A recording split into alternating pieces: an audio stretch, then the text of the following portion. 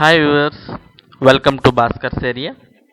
మనం ఈరోజు ఈ వీడియోలో స్కాలర్షిప్కి సంబంధించినటువంటి జ్ఞానభూమి వెబ్సైట్లో కొత్త స్టూడెంట్ అంటే న్యూ రిజిస్ట్రేషన్ని ఏ విధంగా చేయాలి అనే విషయాన్ని మనం తెలుసుకుందాం. మరి మన వీడియోలోకి వెళ్ళిపోదామా? ఇందులో మనం జ్ఞానభూమి అప్లికేషన్ ఫామ్ని ఫిల్ చేయాలి అనుకుంటే కొత్త రిజిస్ట్రేషన్కి సంబంధించి మొట్టమొదటగా మనం jnanabhumi.ap.gov.in అనే వెబ్సైట్ని ఓపెన్ చేయాలి.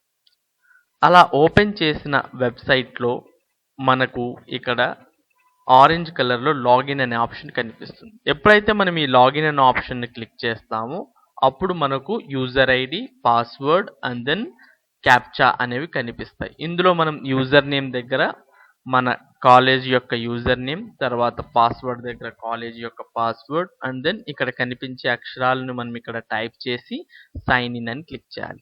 ఎప్పుడైతే ఈ విధంగా క్లిక్ చేస్తామో అప్పుడు మన కాలేజ్ లాగిన్లోకి మనం సైన్ ఇన్ అవుతాం.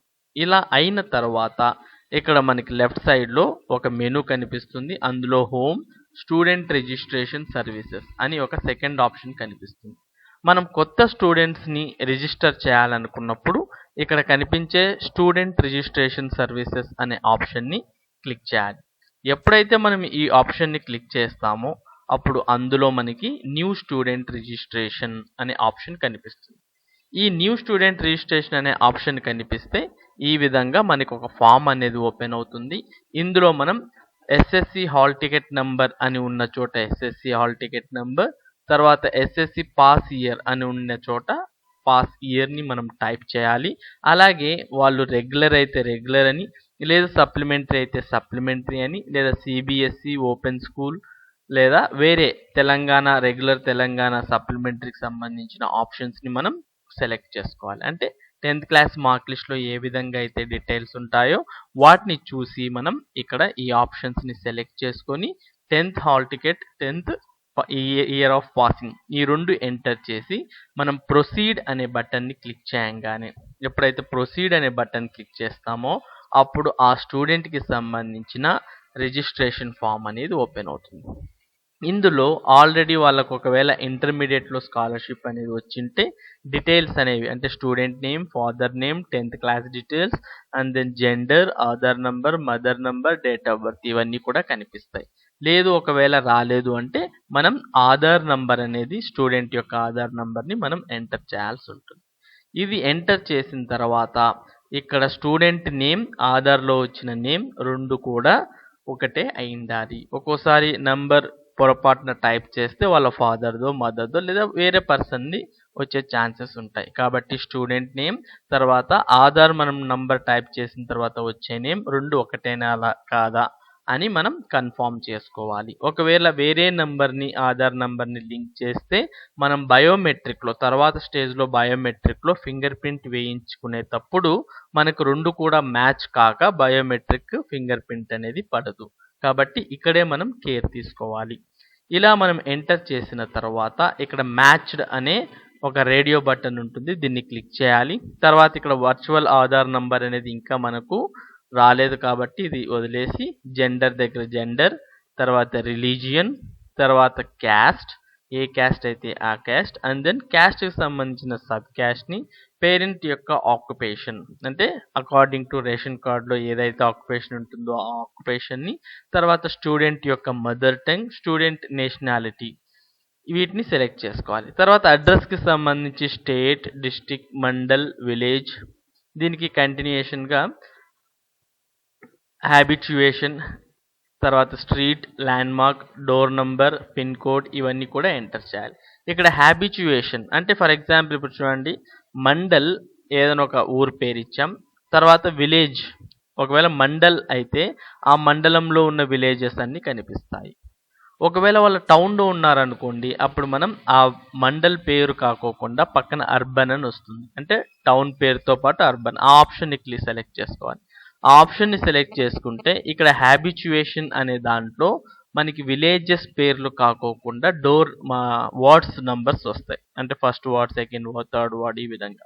అంటే అర్బన్ సెలెక్ట్ చేసినప్పుడు ఇక్కడ వార్డ్స్ వస్తాయి. అదే మనం మామూలు టౌన్ పేరు సెలెక్ట్ చేసుకుంటే ఇక్కడ విలేజ్ నేమ్స్ అనేవి వస్తాయి. ఇక్కడ మనం దీన్ని కూడా జాగ్రత్తగా సెలెక్ట్ చేసుకొని తర్వాత మొబైల్ నంబర్, స్టూడెంట్ యొక్క మొబైల్ నంబర్ని, స్టూడెంట్ యొక్క ఈమెయిల్ ఐడిని, స్టూడెంట్ యొక్క ఫాదర్కి సంబంధించిన మొబైల్ నంబర్ని మనం ఎంటర్ చేయాలి.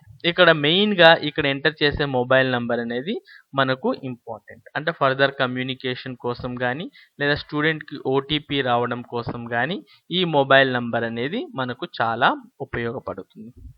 తర్వాత 10th క్లాస్ మార్క్ లిస్ట్లో ఉన్నటువంటి ఐడెంటిఫికేషన్ మార్క్స్ని మనం ఇక్కడ టైప్ చేసి తర్వాత స్టూడెంట్ యొక్క పాస్పోర్ట్ సైజ్ ఫోటోని మనం ముందుగానే స్కాన్ చేసి పెట్టుకోవాలి. ఆ ఫోటో అనేది 50 KB లోపల ఉండాలి. మనం స్కాన్ చేసి పెట్టుకున్న ఫోటోని ఇక్కడ చూస్ ఫైల్ అనే ఆప్షన్ క్లిక్ చేయడం ద్వారా ఆ ఫోటోని మనం ఇందులోనికి అప్లోడ్ చేయాలి. ఇది ఫస్ట్ స్టేజ్ అన్నమాట. ఈ ఫస్ట్ స్టేజ్ మొత్తం ఎంటర్ చేసిన తర్వాత మనం ఇక్కడ సేవ్ అనే ఆప్షన్ని క్లిక్ చేయాలి. ఇందులో స్టూడెంట్ యొక్క రిజిస్ట్రేషన్లో టోటల్గా 3 స్టేజెస్ ఉంటాయి. అందులో first one personal details, second one admission details, మూడోది స్కాలర్షిప్ డీటెయిల్స్. ఇప్పుడు మనం చెప్పిండేది పర్సనల్ డీటెయిల్స్. ఓకే, ఇదంతా మనం ఎంటర్ చేసిన తర్వాత ఇక్కడ సేవ్ అనే ఆప్షన్ క్లిక్ చేయగానే పర్సనల్ డీటెయిల్స్ మొత్తం స్టూడెంట్వి సేవ్ అయిపోతాయి. సేవ్ అయిన తర్వాత నెక్స్ట్ మనం సెకండ్ స్టెప్ అంటే అడ్మిషన్ డీటెయిల్స్ అనే దాంట్లోకి వెళ్తాం. ఈ అడ్మిషన్ డీటెయిల్స్లోకి వెళ్ళిన తర్వాత ఇక్కడ కాలేజ్ అడ్మిషన్ నంబర్ అంటే స్టూడెంట్కి కేటాయించబడిన అడ్మిషన్ నంబర్, తర్వాత స్టూడెంట్ ఏ గ్రూప్లో జాయిన్ అయ్యాడో ఆ గ్రూపు, తర్వాత ఇయర్ అంటే వాడు ఫస్ట్ ఇయరా సెకండ్ ఇయరా ఫైనల్ ఇయర్. ఇక్కడ ఒక్కోసారి ఫస్ట్ ఇయర్లో స్కాలర్షిప్కి అప్లై చేయని వాళ్ళు సెకండ్ ఇయర్లో అప్లై చేయాలనుకుంటుంటారు. అలాంటప్పుడు వాళ్ళ అప్లికేషన్ కూడా మనం ఇక్కడ న్యూ రిజిస్ట్రేషన్లోనే తీసుకొని ఇక్కడ మనం ఇయర్ ఆఫ్ స్టడీ దగ్గర సెకండ్ ఇయర్, లేదు వాడు ఫైనల్ ఇయర్లోనే ఫస్ట్ టైం అప్లై చేస్తున్నా అంటే ఫైనల్ ఇయర్ అనే ఇయర్ ఆఫ్ స్టడీని ఇక్కడ సెలెక్ట్ చేసుకోవాలి. తర్వాత ఒకవేళ కాలేజ్లో సెక్షన్స్ ఉంటే సెక్షన్ని సెలెక్ట్ చేసుకోవాలి. తర్వాత అడ్మిషన్ కేటగిరీ రెగ్యులర్ అనేది సెలెక్ట్ చేసుకోవాలి. తర్వాత సెకండ్ లాంగ్వేజ్ అంటే అతను ఏ లాంగ్వేజ్, తెలుగా, హిందీనా, ఉర్దూనా, సాంస్క్రిటా అనే దాన్ని మనం ఇక్కడ సెలెక్ట్ చేసుకోవాలి.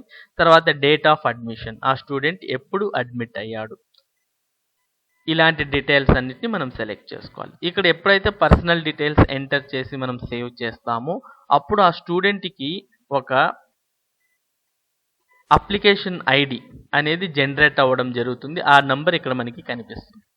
తర్వాత ఇక్కడ ఏవైనా ఎన్ఎస్ఎస్, ఎన్సిసి, స్పోర్ట్స్ ఇవేవైనా ఉంటే టిక్ చేయొచ్చు. ఒకవేళ ఆ పర్సన్ ఫిజికలీ హ్యాండిక్యాప్డ్ అయితే ఎస్ అని క్లిక్ చేయొచ్చు, కాకపోతే నో అని క్లిక్ చేయొచ్చు. తర్వాత ఇక్కడ is the student eligible of scholarship అన్నప్పుడు మనం ఒకవేళ స్టూడెంట్ ఎలిజిబుల్ అయితే ఎస్ అంటాం, లేకపోతే నో అంటాం. ఇక్కడ చాలా మందికి వచ్చే డౌట్ ఏది అంటే కాలేజ్లో ఒక గ్రూప్లో 60 మెంబర్స్ ఉంటే 60 మెంబర్స్వి ఎంటర్ చేయాలా, లేదా స్కాలర్షిప్ వచ్చే స్టూడెంట్స్ ఒక 40 మెంబర్స్ ఉంటే వాళ్ళు ఒకటే ఎంటర్ చేయాలా అనే డౌట్ ఇక్కడ వస్తుంది. యాక్చువల్గా జ్ఞానభూమి గైడ్లైన్స్ ప్రకారం అయితే ఒక క్లాస్లో 60 మెంబర్స్ ఉంటే 60 మెంబర్స్ని మనం జ్ఞానభూమిలో రిజిస్టర్ చేయాలి. ఆ 60 మెంబర్స్లో 40 మెంబర్స్కి మనం స్కాలర్షిప్ కావాలనుకుంటున్నారు కాబట్టి వాళ్ళకి ఎస్ అనాలి. మిగిలిన 20 మెంబర్స్కి స్కాలర్షిప్ అవసరం లేదు కాబట్టి వాళ్ళకు మనం నో అనే ఆప్షన్ని క్లిక్ చేయాలి. మరి స్కాలర్షిప్ అవసరం లేని వాళ్ళకు ఎందుకు అప్లై చేయాలి అంటే మనం జ్ఞానభూమిలో అటెండెన్స్ను కూడా ఫార్వర్డ్ చేస్తుంటాం. అంటే స్కాలర్షిప్ వచ్చే వాళ్ళకి స్కాలర్షిప్ అండ్ అటెండెన్స్, స్కాలర్షిప్ రాని వాళ్ళకు జ్ఞానభూమిలో రిజిస్టర్ అయితే అటెండెన్స్ అనేది వేయడం జరుగుతుంది. కాబట్టి క్లాస్లో ఎంతమంది ఉంటే అంతమంది స్టూడెంట్స్ని మనం జ్ఞానభూమిలో రిజిస్టర్ చేయాలి. ఇక్కడ మనం సేవ్ అని క్లిక్ చేయగానే సెకండ్ స్టెప్ అయిపోతుంది. తర్వాత నెక్స్ట్ స్కాలర్షిప్ డీటెయిల్స్ అనే థర్డ్ స్టెప్లోకి వెళ్తాం. ఈ స్కాలర్షిప్ డీటెయిల్స్లో మనం ఫస్ట్ స్టూడెంట్ డే స్కాలరా, లేదంటే ఒకవేళ student attached student managed hostel, లేదంటే మామూలుగా వేరే హాస్టల్స్లో ఉన్నాడా అనే ఆప్షన్ని సెలెక్ట్ చేసుకోవాలి. డే స్కాలర్ అంటే వచ్చిపోయే వాళ్ళు, స్టూడెంట్ మేనేజ్డ్ హాస్టల్ అంటే వేరే ఊర్లో ఉంటూ అదే టౌన్లో హాస్టల్లో ఉంటూ వస్తున్నాడు కాలేజ్కి అనేది. వీటిని మనం సెలెక్ట్ చేసిన తర్వాత ఇక్కడ మ్యాచ్డ్ అనే ఆప్షన్ క్లిక్ చేస్తాం. తర్వాత క్యాస్ట్కి సంబంధించిన క్యాస్ట్ సర్టిఫికేట్ నెంబర్ని మనం ఇక్కడ టైప్ చేసి గెట్ క్యాస్ట్ డీటెయిల్స్ అనగానే ఆటోమేటిక్గా మనకి క్యాస్ట్ డీటెయిల్స్ అన్నీ వచ్చేస్తాయి. తర్వాత రేషన్ కార్డ్కి సంబంధించిన నంబర్ని ఇక్కడ మనం టైప్ చేసి క్లిక్ హియర్ అని క్లిక్ చేయంగానే మనకి రేషన్ కార్డులో ఉన్నటువంటి స్టూడెంట్ అంటే కార్డులో ఉన్నటువంటి లిస్ట్ ఆఫ్ మెంబర్స్ కనిపిస్తారు. అందులో మనం స్టూడెంట్ని సెలెక్ట్ చేసుకోవాలి. ఒకవేళ రేషన్ కార్డు లేకపోతే ఇక్కడ ఇన్కమ్ సర్టిఫికేట్ నంబర్ అనే దాన్ని మనం ఎంటర్ చేయాలి. ఇన్కమ్ సర్టిఫికేట్ నంబర్ ఎంటర్ చేసి గెట్ డీటెయిల్స్ అనగానే ఇన్కమ్ సర్టిఫికేట్కి సంబంధించిన డీటెయిల్స్ కనిపిస్తాయి. అంటే క్యాస్ట్ నంబర్, ఇన్కమ్ నంబర్ని టైప్ చేయగానే డీటెయిల్స్ ఆటోమేటిక్గా వస్తాయి. ఇక్కడ రేషన్ కార్డు కానీ ఇన్కమ్ సర్టిఫికేట్ కానీ ఏదో ఒకటి ఎంటర్ చేస్తే చాలు. రెండు ఎంటర్ చేయాల్సిన అవసరం లేదు. కొద్దిమందికి ఇన్కమ్ సర్టిఫికేట్ లేకపోతే రేషన్ కార్డు ఒక్కటే ఉన్నా కూడా సరిపోతుంది.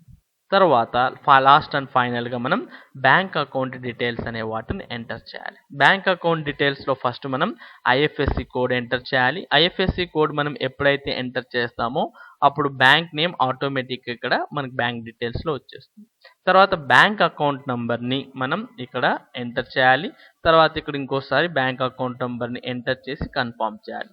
ఇక్కడ మెయిన్గా స్టూడెంట్కు డబ్బులు పడేది బ్యాంక్ అకౌంట్లోనే కాబట్టి మనం ఇవన్నీ ఫిల్ చేసినప్పుడు ఏవైనా తప్పులున్నా పర్వాలేదు, కానీ బ్యాంక్ అకౌంట్ నంబర్ టైప్ చేసేటప్పుడు తప్పులు ఉంటే మొదటికే మోసం వస్తుంది. అంటే బ్యాంక్ అకౌంట్ నంబర్ని టైప్ చేసేటప్పుడు చాలా జాగ్రత్తగా 1-2 సార్లు చూసుకొని మనం బ్యాంక్ అకౌంట్ నంబర్ని టైప్ చేసుకోవాలి.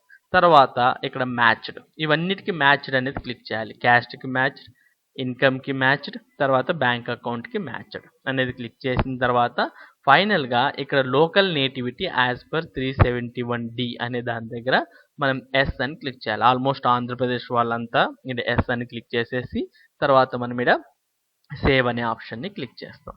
దీంతో మనకి టోటల్గా 3 స్టెప్స్ అనేవి అయిపోతాయి. ఏమేమి? Personal details, admission details, scholarship details. ఈ 3 డీటెయిల్స్ని మనం ఎంటర్ చేసిన తర్వాత మనకి ఇక్కడ ఒక అప్లికేషన్ ఐడి అనేది జనరేట్ అయి ఉంటుంది. ఈ అప్లికేషన్ ఐడి అనే దాన్ని మనం దీనికి సంబంధించిన ఇవన్నీ కూడా ఒక ఫార్మాట్ మనకు వచ్చేస్తుంది. దాన్ని మనం ప్రింట్అవుట్ తీసుకోవచ్చు. దాంట్లో ఈ అప్లికేషన్ నంబర్ని మనం రాసుకొని స్టూడెంట్ నెక్స్ట్ బయోమెట్రిక్ కోసం వెళ్ళాల్సి ఉంటుంది. మరి బయోమెట్రిక్కు ఏ విధంగా వెళ్ళాలి? అతను కాలేజ్లో బయోమెట్రిక్ ఫింగర్ ప్రింట్ వేయాలా, లేదా మీ సేవలో వెళ్ళి బయోమెట్రిక్ ఫింగర్ ప్రింట్ వేయాలా అనే వివరాల కోసం నేను చేయబోయే నెక్స్ట్ వీడియో కోసం వెయిట్ చేయండి. అంటే ఆ డీటెయిల్స్ అని నెక్స్ట్ వీడియోలో రాబోతున్నాయి. ఇలాంటి అప్డేట్స్ మీకు ఎప్పటికప్పుడు అంటే జ్ఞానభూమికి సంబంధించిన డీటెయిల్స్ మీకు ఇంకా క్షుణ్ణంగా తెలుసుకోవాలనుకుంటే first of all Bhaskar's area ఛానల్కు సబ్స్క్రైబ్ అవ్వండి. ఇంకా ఏమైనా మీకు డౌట్స్ ఉంటే వాటిని నాకు కామెంట్స్ రూపంలో తెలియజేయండి. ఈ వీడియోని మీ ఫ్రెండ్స్తో కూడా షేర్ చేసుకోండి. Thank you friends.